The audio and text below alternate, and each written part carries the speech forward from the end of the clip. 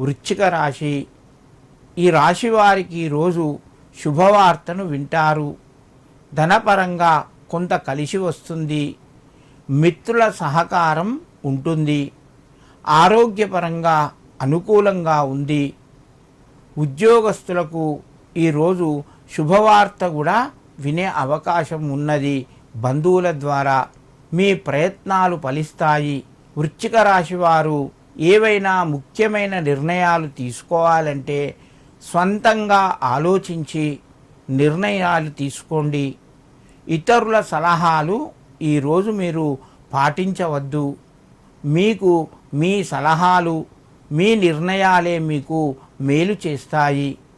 ఈ రాశివారు ఈరోజు నాగేంద్రాయ నమః అని చెప్పి, అనంత నాగాయ నమః అని చెప్పి కానీ ఒక 11 సార్లు చదువుకొని నువ్వుల నూనెతో దీపం వెలిగించి మీ ఇంటి దేవునికి సమర్పించండి.